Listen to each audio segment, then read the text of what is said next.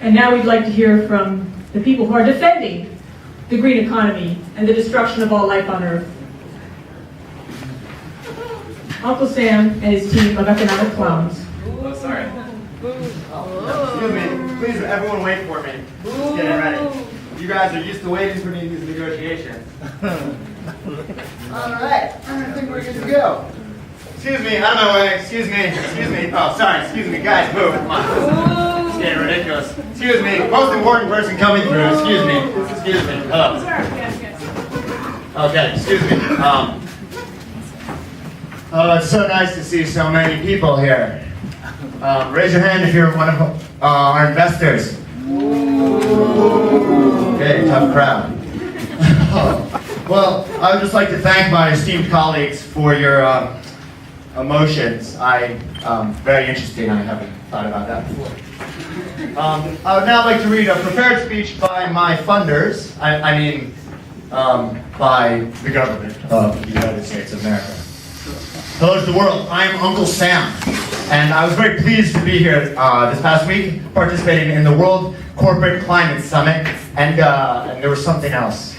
Oh, and the COP17. That also was very meaningful and important, which we were happy to be part of. I'm at this press conference because I have a dream. I have a dream that one day that corporations will not be judged by the actions that they take, but by how much of the Earth's surface they control. Sorry.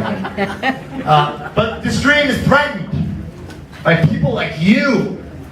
It is threatened by regulation, by human rights laws, environmental regulations, and unions. Not all of these stand in the way of progress. It is not right. It is not just. We have paid good money for our government partners to ensure the outcomes of these talks, and by God, we mean to have those outcomes realized. We invested heavily in this, and so have a lot of other really rich people. Neoliberalism must prevail, or all life on Earth will be threatened as we know it. Can you imagine the end of the world? Can you imagine the end of capitalism? I thought not. Can you imagine an economy that is not green?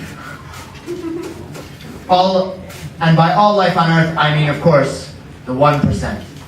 We shall prevail.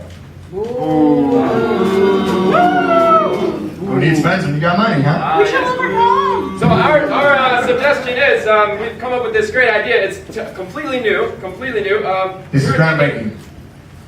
We were thinking that since we have a global crisis, maybe we can create a new bubble. Has anyone heard of that before? It might be a new idea. Have you heard of that, Uncle Sam? Yeah, as we can see from this fine demonstration, bubbles are invincible. Bubbles never pop. Markets are sustainable.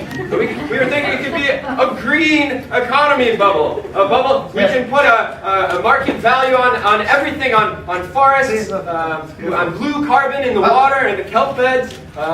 Soil, we can put a value on soil, all of these things. Yeah. Yes, as my colleague has said, there's no limit to growth, my friends. We can really privatize anything. With RED, we're talking about privatizing the forests, which will allow continued growth. There's been interesting developments in privatizing algae. We've even been looking at privatizing species that already exist. Fascinating. I suggest all of you with the capabilities invest immediately. With the green economy, we, the 1%, are now taking the experience and advancing it to a new level. Just that. We are the ones that caused the climate crisis. We are the ones capable of solving it. You can see this most clearly in the COP17 logo. It is right there. Note that it depicts a giant dead tree, painted green, that is covering the earth. I could not have expressed it better myself. So shall we have a chant? A chant? Yeah, shall we get the crowd going? I say privatize, you say everything. Privatize! Everything! Privatize! Everything! I say privatize, you say forest. Privatize! Forest! Privatize! I say privatize, you say the oceans. Privatize!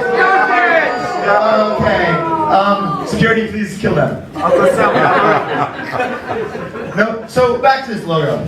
This is what we are talking about. A giant green dead tree covering the earth that we can then log and sell. This is the progress we are moving towards. Currently, forests are made up of living trees that take years to grow, must be cut down, debarked, and sawed into lumber or pulp for paper.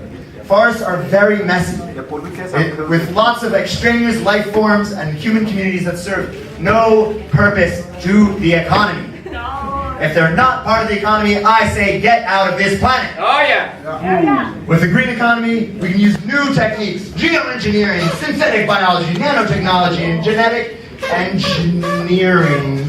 Trees. To develop trees that sprout from the earth, grow to a massive size, and are perfectly square and fall to the ground ready to harvest. And that will provide jobs for the robots that can cut them down. And we will engineer them to be green so they will make people feel good, and we can talk about it on our corporate websites. It's a win-win situation. We eliminate the surplus human population, sorry Candy, and monopolize the planet's resources, channeling them to benefit us, the 1%. Ladies and gentlemen, we are talking about a road to Rio. I say we need that road. We need to cut down the trees that stand in the way and pave that road to success. Thank you very much, ladies and gentlemen. Okay, that was great. Are there any questions? What's your plan B?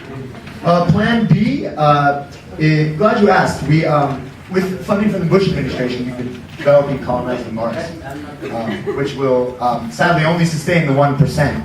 But I'm sure the rest of you will do fine here killing each other.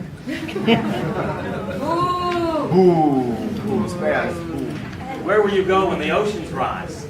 When the oceans rise, into airplanes. We've been reserving the fuel and working specifically just on that problem of turning coal to jet fuel, the single most efficient way of getting cheap energy for the 1%. We won't give you our code. That's cute. And we just have a few